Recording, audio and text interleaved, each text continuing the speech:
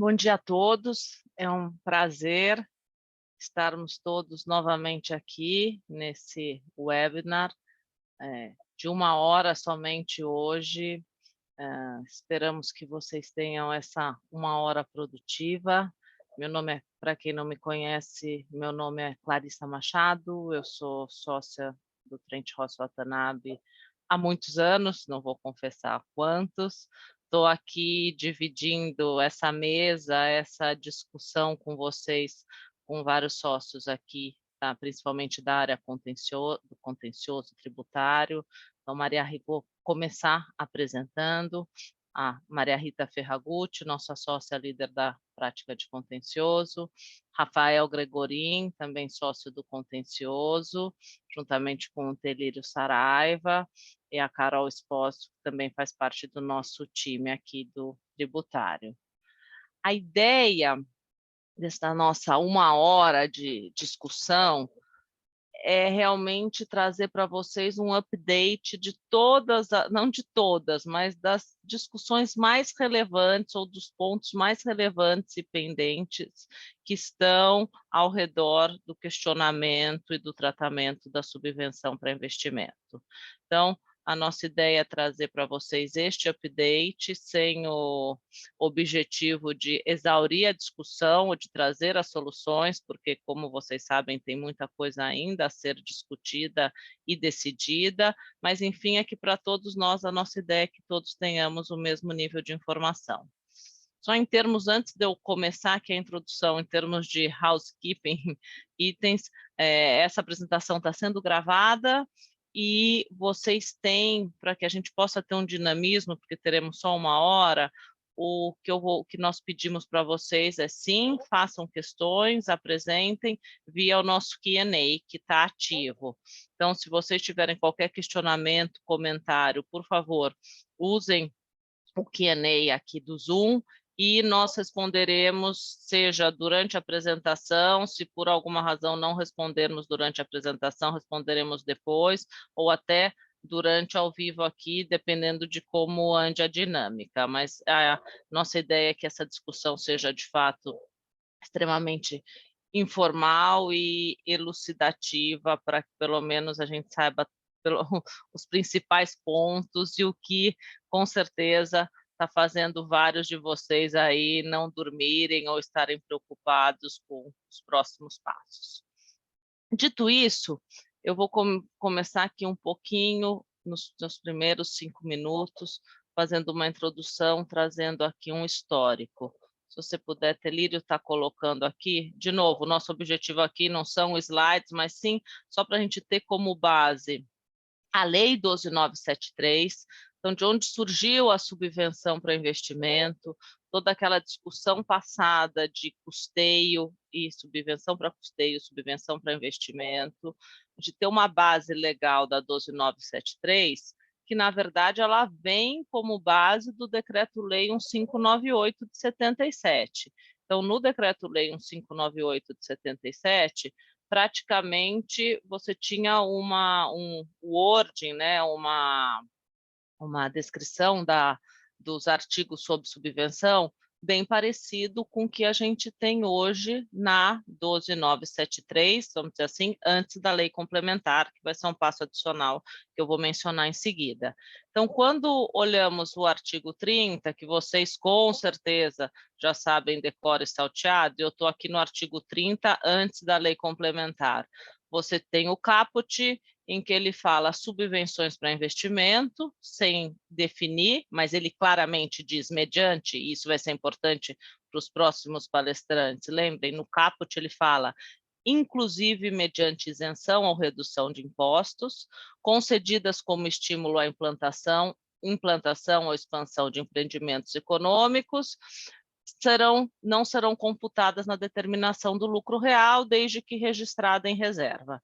Então, este caput, ele já falava que pode sim, subvenção para investimento abarca também isenção e redução de impostos, e ele tem esse wording do concedidas como estímulo à implantação ou expansão.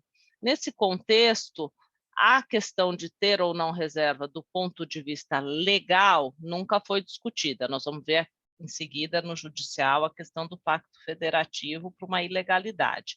Mas deixando isso de lado, vamos assumir num primeiro momento a questão que a reserva, sim, pode ser constituída. O que mais se quer de requisito para uma subvenção para investimento? Lá atrás, antes da Lei Complementar 160. E toda a discussão, como vocês podem lembrar, era a Receita trazendo ienes, pareceres normativos antigos e exigindo o reinvestimento, seja no mesmo contemporâneo, posterior, muita discussão existia nesse sentido e, paralelamente a isso, a guerra fiscal do ICMS, falando especificamente de tributos estaduais. Chegou-se num ponto em que precisava se acabar, ou pelo menos tentar acabar com essa guerra fiscal, juntamente com encerrar a discussão de custeio e investimento. E aí nós temos todos os trâmites da lei complementar 160, que confirma esse objetivo. Eu não vou entrar aqui no detalhe, mas só um ponto que reforça a nossa interpretação, que esse concedido como estímulo à implantação somente está aí no caput, mas que, de fato, ele é interpretativo e toda a subvenção dada para fins de ICMS, ela é uma subvenção para investimento. Como vocês podem lembrar, não sei se vocês lembram deste ponto, mas quando estava no trâmite da Lei Complementar 160, o próprio presidente Temer vetou os artigos que equiparavam todos os incentivos à subvenção para investimento, dizendo que isso iria acarretar uma renúncia fiscal muito grande. Mas esses artigos, esse veto não foi acolhido pelo Congresso e nós tivemos a lei complementar editada com esses artigos. Se você puder, por favor, Telírio, só. Então, com a edição da lei complementar, houve essa inclusão do parágrafo 4º e 5º no próprio artigo 30 da Lei 12.973, que é o cerne, em que acho que o nosso foco aqui é o parágrafo 4º, que fala especificamente os incentivos e benefícios estaduais concedidos são considerados subvenções para investimento, vedada a exigência de outros requisitos ou condições não previstos nesse artigo. E aí vamos para a discussão. O que quer dizer outros requisitos? Vedada a exigência de outros requisitos, ou a contrário senso. Quais são os requisitos? Sabemos que os requisitos, pela legislação vigente, sim, é a constituição da reserva. Mas precisa algo mais? Eu preciso ainda comprovar que eu reinvesti esse valor que eu economizei? E o que aconteceu? A nossa interpretação é que não se precisa mais por conta de todo esse histórico legislativo. A Receita Federal concordou com esse posicionamento em 2020, via a Solução 11, mas depois de 9 meses, posso até que brincar, depois de uma gestação, ela mudou de ideia, e aí com a solução de consulta 145, ela trouxe a interpretação que precisa algo mais, além da constituição da reserva, que você precisa. O que é este algo mais? É de fato você comprovar na prática que você investiu? Ou é na teoria você ter uma legislação estadual que fala que este incentivo tem o propósito específico de implementação e de desenvolvimento? Esse é um primeiro ponto que, em seguida, os meus colegas aqui vão discutir como é que está a jurisprudência administrativa e judicial, em que pese o nosso entendimento aqui que esses requisitos, e nós vamos ver pela tendência, não são mais exigidos, exceto a reserva, fazendo um parêntese aqui, uma ressalva, que conforme vai ser discutido em relação à jurisprudência judicial, existe uma outra questão, que é o pacto federativo, e que pelo suporte de aplicação do pacto federativo, nem a reserva seria mais necessária, mas isso os nossos colegas aqui vão trazer. Dito isso, quais são os outros temas? E aí, cada dia eu vou brincar, temos uma novidade aí. Então, o primeiro ponto, vamos dizer, o cerne, que eu até já disse, são os requisitos adicionais. Seguido disso, qual é o tratamento tributário? O crédito presumido é igual a isenção e redução de base? Isenção e redução de base é uma receita também? Como está sendo visto isso contabilmente? O fato de ter alguns benefícios de isenção e redução de base que exigem o repasse para o contribuinte afetam a nossa interpretação? Há um tratamento distinto? Quais são as questões contábeis envolvidas? Então, é uma árvore, né, com muitos ramos que se interagem e que é uma discussão muito relevante, não só pela matéria, mas pelos valores envolvidos. Então, dito isso, como apenas uma introdução, eu vou passar a palavra para o Telírio, que ele vai trazer, nesse primeiro momento, um pouquinho mais desse ponto de consideração de receita, comparando o crédito presumido com isenção, redução. Passo para você, Telírio, em seguida, só para vocês entenderem aqui a ordem da nossa agenda, o Rafael vai falar um pouco sobre a jurisprudência administrativa, em seguida a Carolina e a Maria Rita vão falar da jurisprudência judicial. Telírio, então já vou te passar para... Obrigado, Clara. Bom dia a todas e todos. Obrigado por estarem aqui privilegiando o nosso evento. É um prazer poder comentar um pouquinho desse assunto com vocês. Bom, deixa eu começar minha fala tentando desconstruir um mito. Qual é o mito? Tudo que a gente está falando aqui sobre não tributação das subvenções do ICMS seria um tema restrito aos incentivos de crédito presumido, ou essa é uma questão que também envolveria incentivos de outras naturezas, isenção, redução de base, diferimento, etc., etc. E essa resposta a gente consegue encontrar ela a partir da leitura da própria legislação, a partir da própria leitura do caput do artigo 30 da 12973, e como a Clarissa bem colocou, não é uma redação nova, essa redação já existia no Decreto-Lei 1598, artigo 38, desde 77. Então, é uma norma que está há 45 anos com a gente, embora exista ainda até hoje o mito de que, supostamente, essa seria uma questão limitada a créditos presumidos. E por que isso é um mito? O que fala o artigo 30?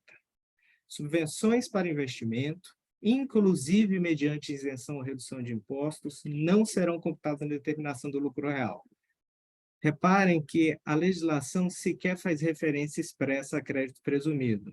A legislação faz referência a incentivos instrumentalizados mediante isenção ou redução de impostos, e os termos isenção e redução de impostos, eles são precedidos da expressão do advérbio inclusive, ou seja, são exemplos. A legislação expressamente traz isenção e redução de impostos como exemplos. O que isso quer dizer? Que o escopo da norma ele é muito amplo. Ele abrange crédito presumido, abrange uma isenção e abrange também qualquer outra modalidade de renúncia fiscal, de desoneração do imposto, materializada pela redução de impostos. Ou seja, a gente está falando de redução de base e de diversas outras espécies de incentivos. E essa questão foi muito bem colocada pelo convênio ICMS 190. Qual o contexto do convênio 190? A Lei Complementar 160, que a Clarice também comentou, ela delegou ao CONFAZ a responsabilidade para regulamentar, disciplinar diversas questões formais colocadas pela Lei Complementar 160. E o CONFAZ exerceu essa competência pela publicação do convênio 190.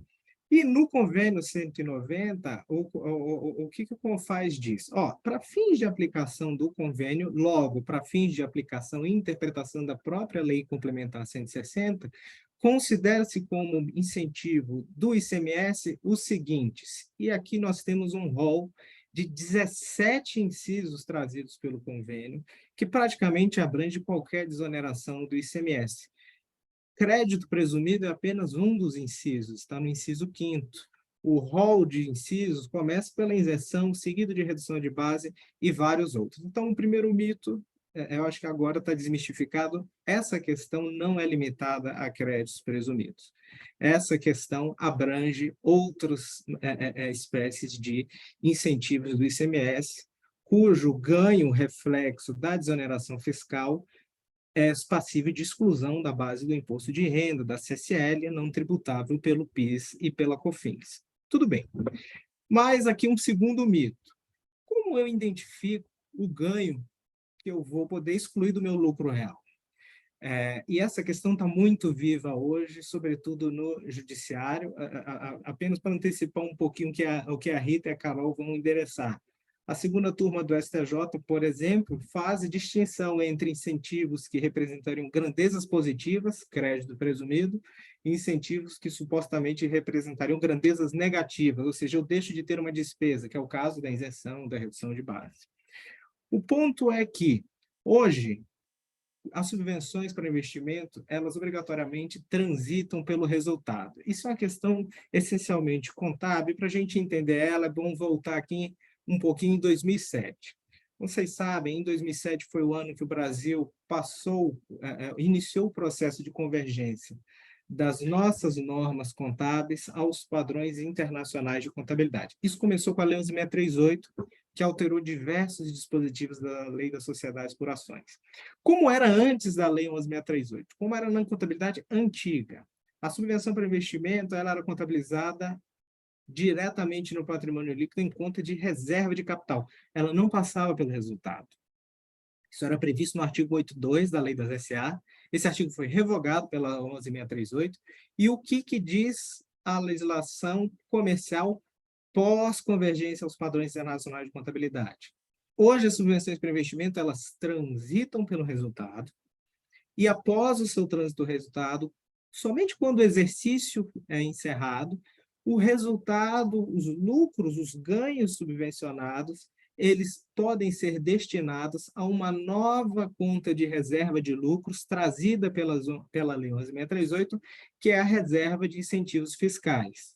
Ou seja, antes não passava pelo resultado, hoje passa pelo resultado, e inclusive pode ser destinado para uma conta de reserva de incentivos fiscais, que é uma espécie de reserva de lucros. E o que está na legislação, na lei das SA, é corroborado pela normatização infralegal contábil específica para a disciplina das subvenções para investimento, que é o pronunciamento técnico contábil número 7, expedido pelo Comitê de Pronunciamentos Contábeis. O que fala o CPC 07? E aqui a gente destacou alguns trechos de passagens relevantes desse CPC. Qual é o fundamento disso transitar pelo resultado, disso ser destacado no resultado? O que o CPC fala?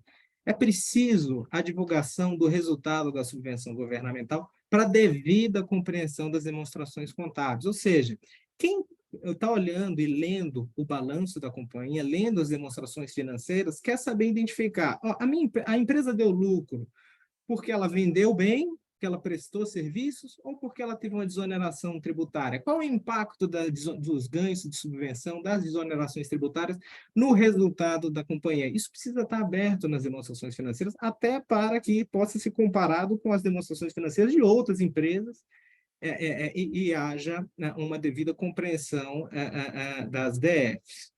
Uma outra questão muito importante que o CPC coloca: a subvenção governamental deve ser reconhecida como receita ao longo do período e confrontada com as despesas que pretende compensar. O CPC faz uso do verbo dever, ou seja, a gente não está diante de uma faculdade, e sim de um dever a ser observado na escrituração contábil. E, por último, o CPC também coloca: a forma como a subvenção é recebida não influencia o método de contabilização a ser adotado. Isso se conecta com a questão que nós estávamos conversando antes.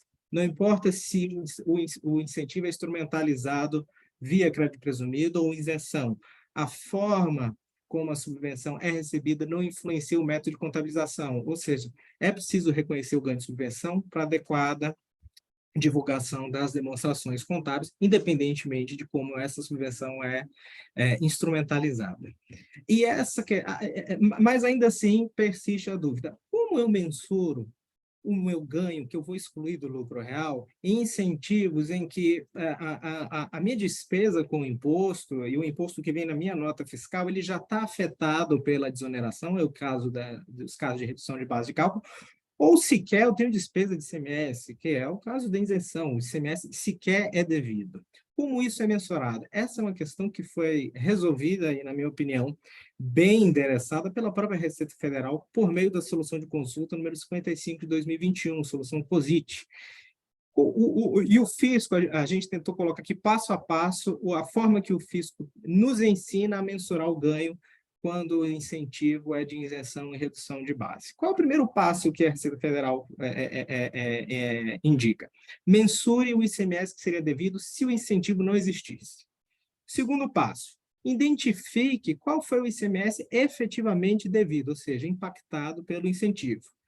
E terceiro passo, faça um menos o outro. O incentivo que seria devido menos o incentivo efetivamente devido com a subvenção.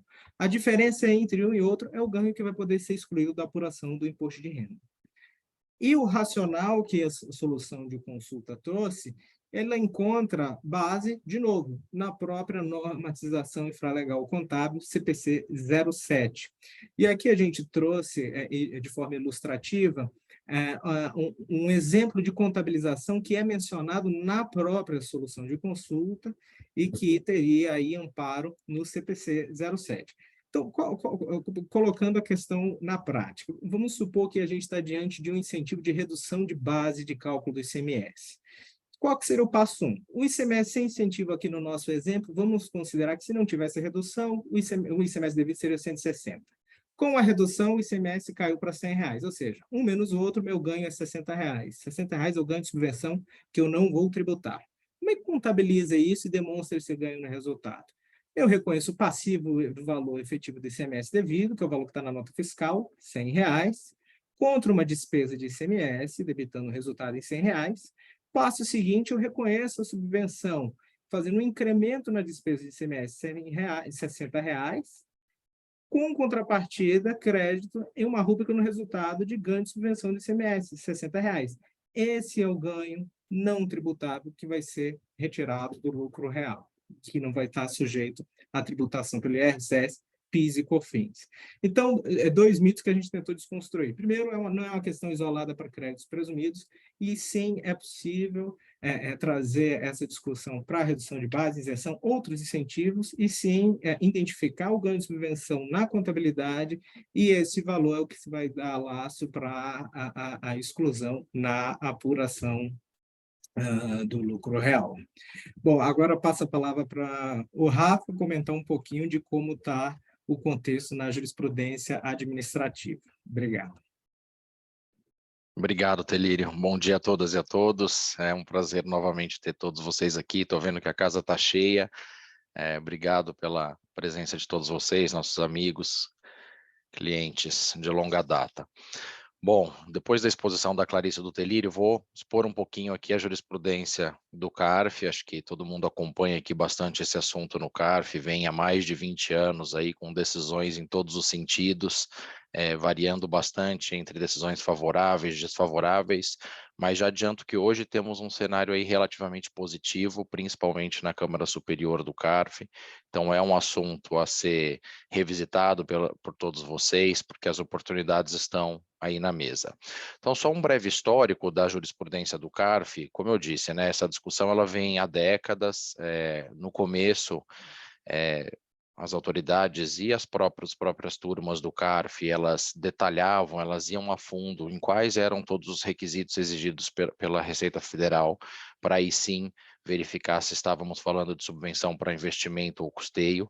Então, no início da análise desse assunto, o CARF ele sempre foi muito a fundo em quais eram aqueles requisitos, né? Desde a intenção do Estado em ampliar os investimentos, a efetiva aplicação do benefício na expansão dos empreendimentos. Teve muito aquela discussão da questão da verba carimbada. Então, a sincronia entre o benefício recebido e o investimento, o próprio beneficiário, se era a pessoa que era o titular dos empreendimentos econômicos, enfim, uma série de requisitos que eram discutidos caso a caso, e você conseguia prevalecer ali na disputa do CARF só se você conseguisse comprovar por A mais B o cumprimento de todos esses requisitos. Então, por muitos anos, toda essa novela de subvenção para investimento e subvenção para custeio. Até que veio a Lei Complementar 160 e o convênio 190, ambos de 2017, e aí, como a Clarissa muito bem pôs, de acordo com a nossa interpretação e muito seguro desse nosso posicionamento, os únicos requisitos impostos, né, foi a reserva de incentivos, a forma de contabilização como reserva de incentivos, e aí um passo a mais que foi a necessidade dos estados publicar a legislação e fazer o registro dessa publicação junto ao CONFAS. Então, para a gente, o posicionamento é que o único requisito dessa lei complementar e do convênio seria a questão, basicamente, da reserva de incentivo. A gente vai discutir um pouquinho nas falas posteriores aí, que a gente entende que, tirando essa questão da lei complementar, sequer a reserva de incentivos é necessária, mas vou parar por aqui só no foco da lei complementar. Então, quando veio a lei complementar e o convênio, a nossa primeira impressão foi: as discussões no CARF agora vão acabar, o máximo que eles vão exigir vai ser a questão da reserva de incentivos e, para nossa felicidade, foi isso que aconteceu logo após a publicação da lei complementar e do convênio. Então, o CARF passou a analisar os casos para confirmar se existia a reserva de incentivos e, obviamente, analisar se todos os estados cumpriram devidamente a questão, né, da publicação da legislação e o registro e o depósito do CONFAS. Praticamente, se não todos os estados fizeram isso, então a grande discussão ficou com relação à reserva de lucros. Mas aí veio a questão de várias soluções de consultas, também mencionadas já pela Clarissa, em que a Receita Federal interpretou um pouco diferente a redação da lei complementar. Então, o que aconteceu no CARF?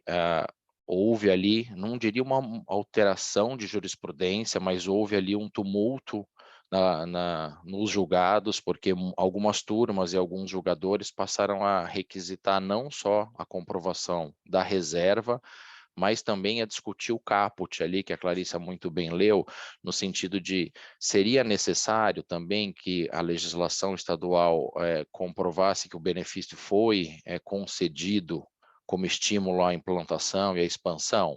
Então ficou essa dúvida no ar, como seriam interpretadas essas respostas às consultas, e aí alguns julgadores acabaram comprando a ideia da Receita Federal no sentido de que sim, esse era um requisito adicional que deveria ser cumprido. E aí uma nova discussão começou. Uma vez que esse requisito é necessário, o que ele quer dizer? Basta a legislação trazer as cláusulas específicas de que aquilo está sendo concedido em razão de promoção da região, de incentivos à expansão aos empreendimentos, ou é necessário que o contribuinte comprove de fato os investimentos? Porque se fosse esse o caso, a gente voltaria a todo o problema de 20 anos de discussão em que, né, os requisitos de comprovação da destinação dos benefícios teriam que ser comprovados, e obviamente não é isso que a lei complementar quis trazer. Então, pois bem, começou-se todo esse tumulto de precedentes no CARF, em virtude dessas respostas às consultas, em virtude desse posicionamento mais conservador, diria até agressivo, por parte da Receita Federal. Mas a boa notícia é que o CARF evoluiu e hoje temos um cenário extremamente favorável. Então, as decisões mais recentes de 2021 e 2022 da Câmara Superior, elas são favoráveis aos contribuintes. Acho que a boa notícia aqui é que elas não são favoráveis por voto de qualidade, elas são favoráveis até por maioria de votos. Então, tem até representantes do fisco votando a favor dos contribuintes, em que decidiu-se que apenas a reserva de incentivo é necessária para a configuração de subvenção para investimento. Então, no final do dia, todos aqueles outros requisitos que ao longo de anos foram debatidos, inclusive foram retomados aí em virtude dessas soluções de consulta, isso caiu. Hoje em dia, o CARF ele chegou à conclusão que o único requisito é a reserva de incentivos. E aí um ponto interessante é que mesmo nos julgadores, né, o placar desses precedentes ele tem sido 5-3, 5 a favor do contribuinte, 3 contra, mas mesmo os 3 julgadores que votam contra os contribuintes, vejam, os votos são muito claros no sentido de que eles não exigem que são necessários todos aqueles requisitos iniciais de verba carimbada, de comprovação, é nada disso. O voto deles é no sentido de que a legislação, ela exige simplesmente que a legislação estadual traga algo no sentido de comprovar que está sendo dado benefício como estímulo à expansão. Então, assim, acho que a conclusão é que a jurisprudência hoje em dia é muito favorável, mesmo quem vota contra não está longe de requisitar qualquer cumprimento desses requisitos formais que foram por anos exigidos. Então, o ponto todo é que, se os contribuintes eles estão efetuando a reserva de incentivo, a gente tem uma tranquilidade muito grande no sentido de que isso vai ser considerado para subvenção para investimento, seja para IR, CSL, PIS ou COFINS. É por isso que aqui acho que o recado é: o cenário é bom, vale a pena revisitar todos os incentivos, como o Telírio mencionou, não só crédito outorgado, mas redução, isenção, todos os possíveis benefícios de ICMS, porque existe um cenário muito bom para fins de exclusão desses incentivos das bases de cálculo de todos os tributos federais. E aí eu vou deixar um último ponto aqui que eu vi que tem sido muito noticiado em imprensa, em grupos de WhatsApp, que é a discussão de que algumas legislações, por exemplo, em redução de base de cálculo, até convênio 100, eles exigem que para você ter aquele benefício, você teria que fazer o desconto no preço. Então, já fazer a comercialização do produto com a redução do preço, e aí fica aquela discussão, aqui é um requisito a mais, porque para você se beneficiar da isenção, da redução de base, você tem que fazer a redução do preço para o adquirente, e isso configuraria também. A gente estudou bastante isso, a gente entende que, claro, é um ponto adicional a ser avaliado, porque ele muda do sistema padrão em que a gente está acostumado a ver nas decisões, mas tecnicamente falando, com base em toda a legislação, o nosso entendimento é que isso não deve mudar, que isso deve configurar subvenção para investimento do mesmo jeito, porque no final das contas a questão de redução do preço ela não vai impactar em toda essa legislação que nós analisamos, inclusive a forma com que a jurisprudência tem se posicionado. Então, acho que o recado final aqui, pessoal, é que o CARF tem decisões muito técnicas hoje em dia, muito favoráveis, então explorem aí as oportunidades e, é claro, estamos à disposição aqui para conversar em maiores detalhes. A jurisprudência do CARF é essa, a jurisprudência judicial vai ainda além.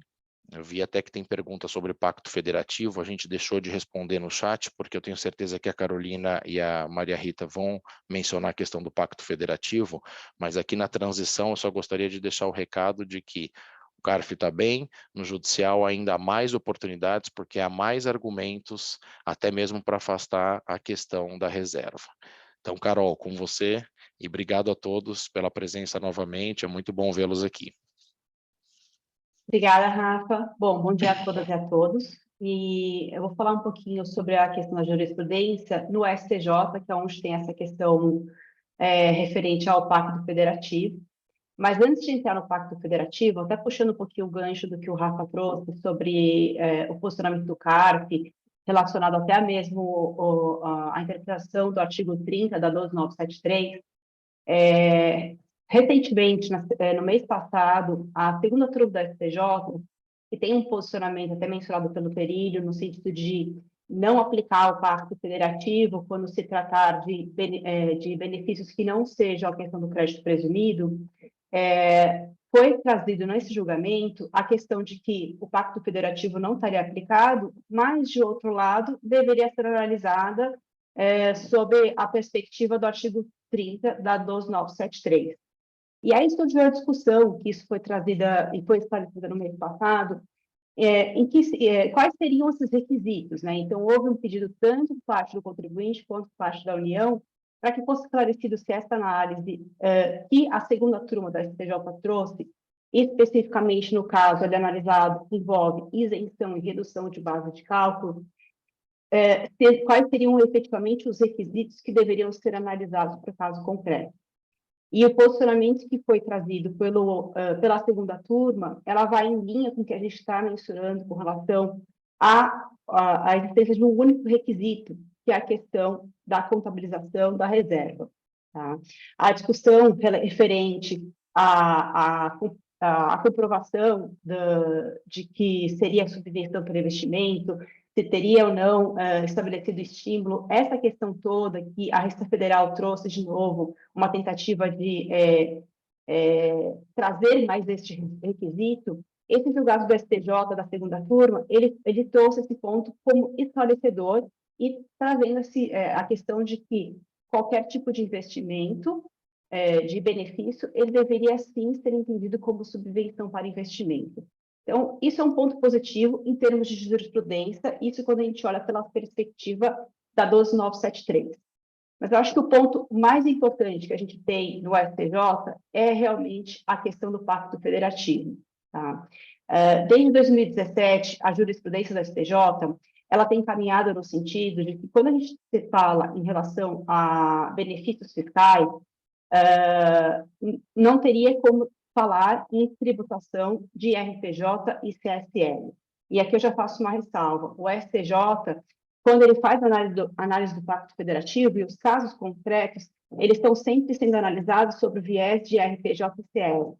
A questão de PIS e COFINS, até a Maria Rita vai trazer mais para frente, ela está sendo analisada pelo STF, tá? Então, tem uma diferenciação em termos de qual é a localização que está sendo tratada os tributos.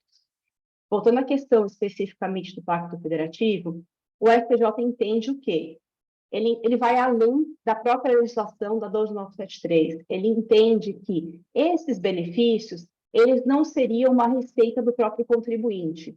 Então, ele faz aqui um paralelo, até mesmo com a famosa tese do CMS PIS/COFINS, em que entende que essa receita não seria uma receita própria, e, dentro desse contexto, entende que, uma vez tendo o Estado concedido esse benefício, não poderia a União, o Fisco Federal, vir e exigir a incidência de RPJ e CS com relação à parcela do benefício concedido ao contribuinte.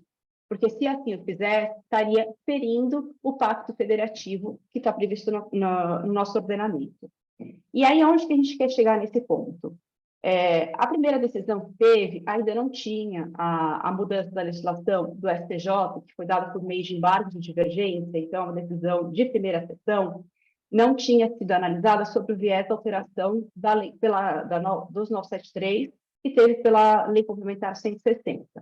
E aí surgiu a discussão, ok, com a nova lei complementar, com a alteração, teria um impacto que previu a questão da reserva? Como que ficaria o posicionamento do STJ em relação ao Pacto Federativo?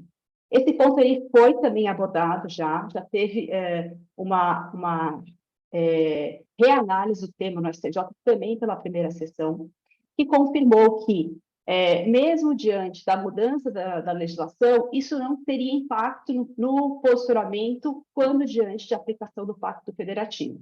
E aí a grande oportunidade que a gente tem chamado a atenção das empresas, de que, pelo STF, uma vez caracterizada a ocorrência do Pacto Federativo para não tributação, sequer há que se falar na reserva técnica, tá? Esse é um ponto que a gente entende que ele tem bons argumentos, eles têm fortes argumentos em relação ao assunto, mas é um ponto sensível, porque a gente sabe que, em termos de Receita Federal, o posicionamento vai ser para aplicação do que está previsto na 12973, que tem esse requisito da reserva. Tá? Muitas empresas têm, sim, entrado com ação em relação a esse ponto, justamente em linha com a jurisprudência que tem se firmado em relação ao STJ. Mas é importante deixar bem claro que essa jurisprudência do STJ, e aí é a questão que existe ainda uma divergência sobre o assunto, em linha até que o Toledo trouxe, sobre a questão de quais seriam esses benefícios que estariam abrangidos pelo Pacto Federativo. Os julgamentos do STJ, da primeira sessão, eles foram muito... o caso concreto envolvia, sim, crédito presumido. Tá? E aí, a segunda turma do STJ, que é esse julgamento que eu comentei no início, ela trouxe a questão de que, olha, o posicionamento do STJ que a gente tem de primeira sessão, eles não tenho dúvida que se aplicaria o Pacto Federativo quando diante de crédito presumido. Por outro lado, entendo que existe uma diferenciação quando diante de outros benefícios, como seria a redução, isenção, fazendo um paralelo, até mesmo com o que o Toledo trouxe, com relação à questão de grandeza positiva e grandeza negativa.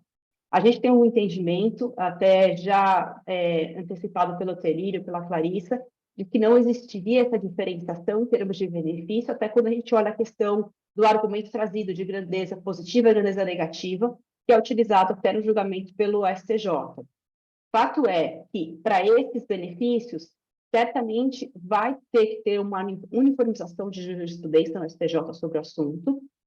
Atualmente, justamente por essa polêmica existente em relação à abrangência do Pacto Federativo, que tem grande relevância para as empresas, porque seria uma oportunidade de afastar a própria reserva, o STJ já tem, pela análise de possíveis recursos repetitivos, um pedido para que este tema seja, sim, afetado. Então, tem 2 casos que estão pendentes de apreciação, se vão ser afetados pela sistemática de recursos repetitivos, e que aí traz um certo conforto, seja para entender qual seria a abrangência em relação à questão de quais benefícios estariam envolvidos no posicionamento que já tem do STJ sobre a questão do Pacto Federativo, seja também para trazer a segurança no sentido de que o que for definido no STJ em um repetitivo vai ser aplicado pelas demais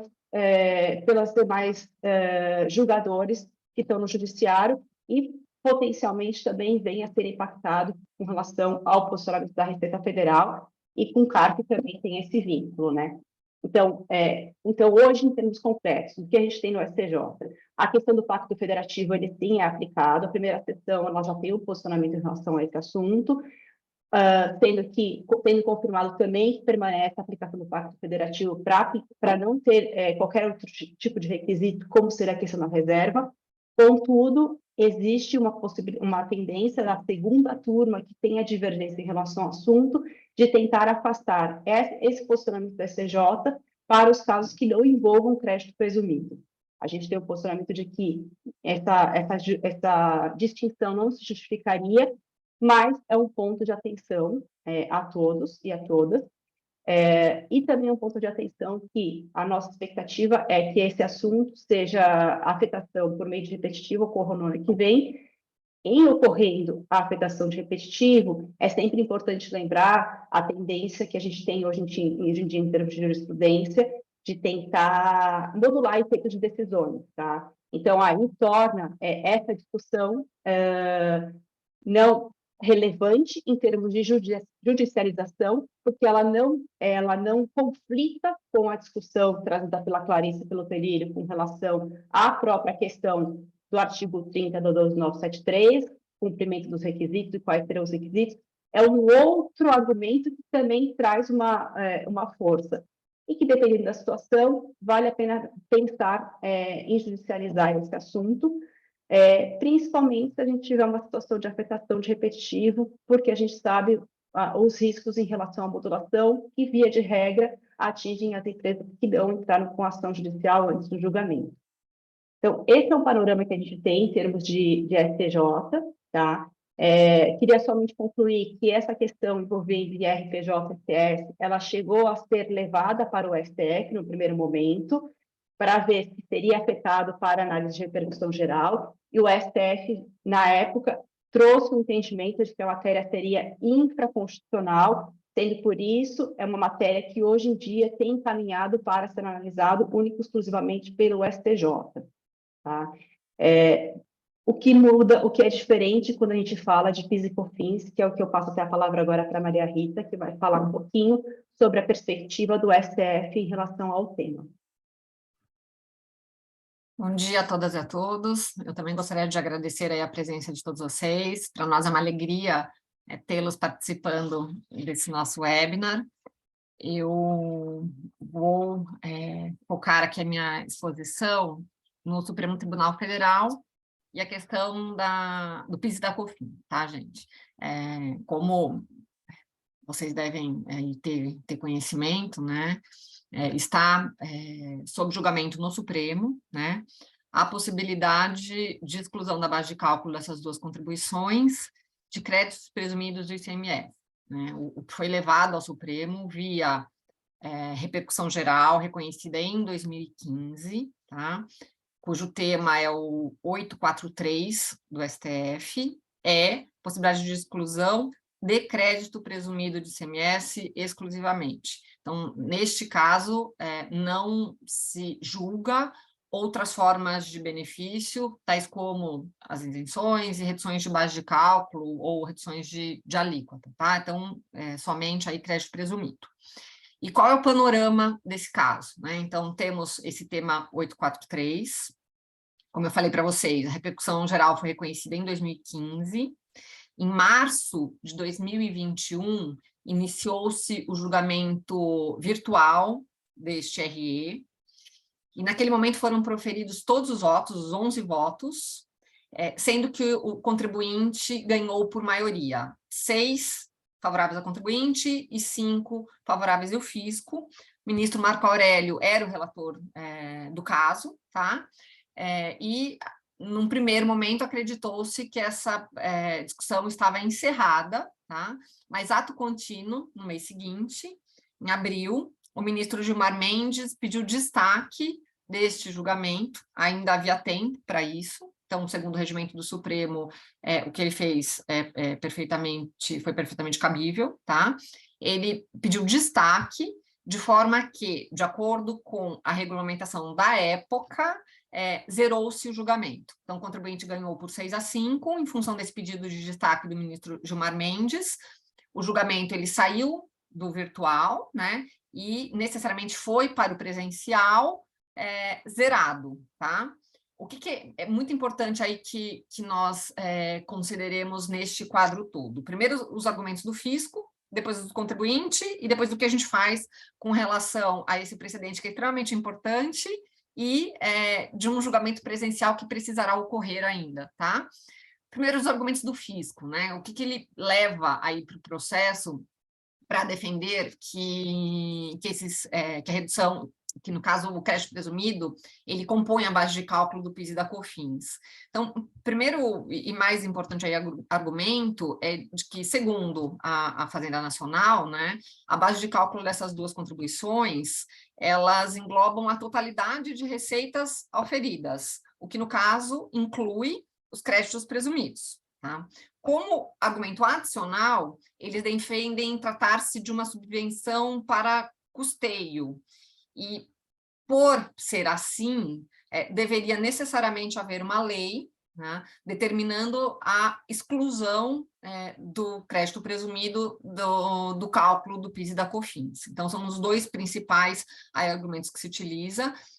Não se levou à época aí a discussão do fato, né, de que essa distinção entre subvenção para custeio e investimento não ser mais aplicável, mas o que eles entendem é, de fundo, que precisaria haver uma lei excluindo. Então, a base de cálculo, de acordo com a Constituição, seria a totalidade de receitas, crédito presumido está contido na receita, e para que assim não fosse, deveria haver uma lei excluindo. Então, esse é o argumento trazido pela Fazenda Nacional.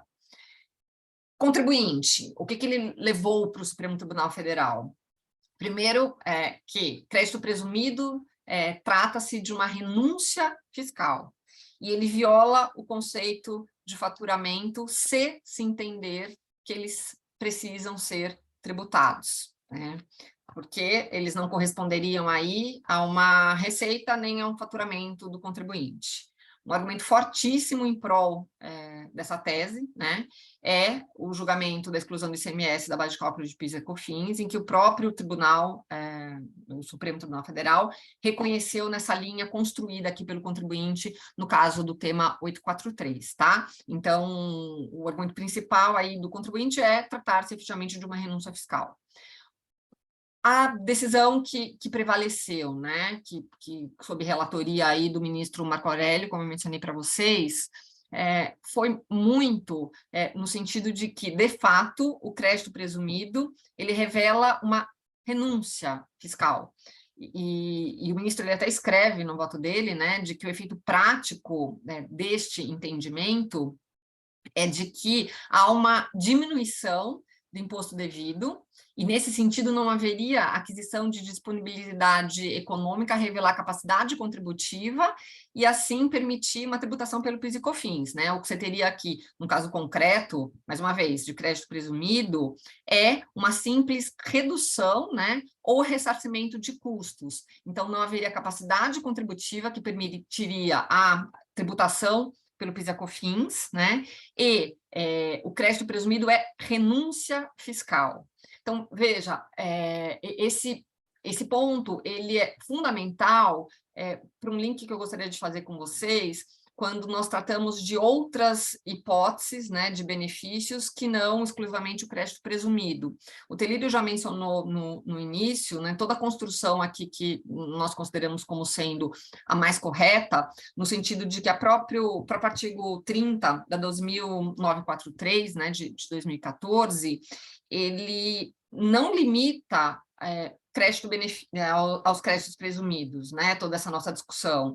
Eles fazem referência, a legislação ela faz uma referência expressa à isenção e a demais formas de redução.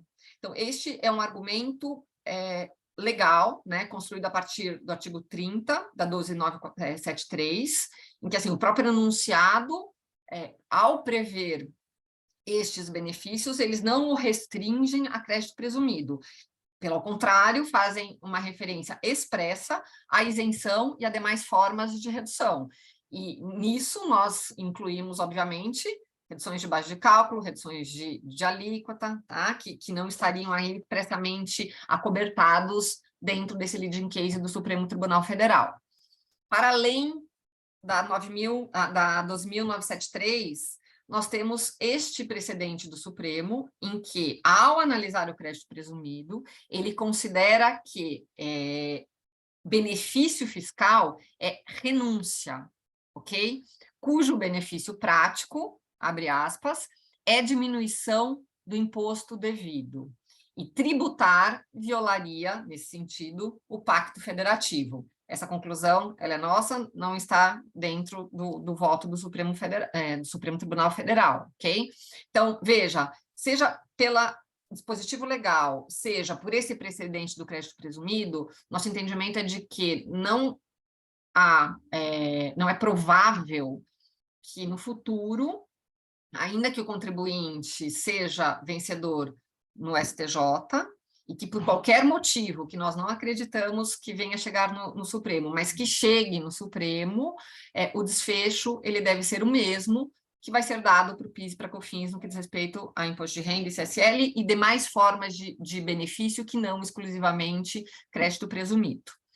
E para encerrar, pessoal, eu gostaria também de trazer uma questão que ela se mostra importante para nós quando nós avaliamos esse julgamento do Supremo, né, em que a votação ela foi zerada num primeiro momento por conta do pedido de vista do ministro Gilmar Mendes, que é o fato de que nós tínhamos, então, em março deste ano, em março de 2021, perdão, tínhamos 6-5 para o contribuinte, no sentido da impossibilidade de tributação de PIS e COFINS. Em junho deste ano, de 2022, o regimento do Supremo mudou, dizendo que, quando houvesse pedido de destaque, os votos dos ministros que se aposentaram, eles deveriam ser preservados.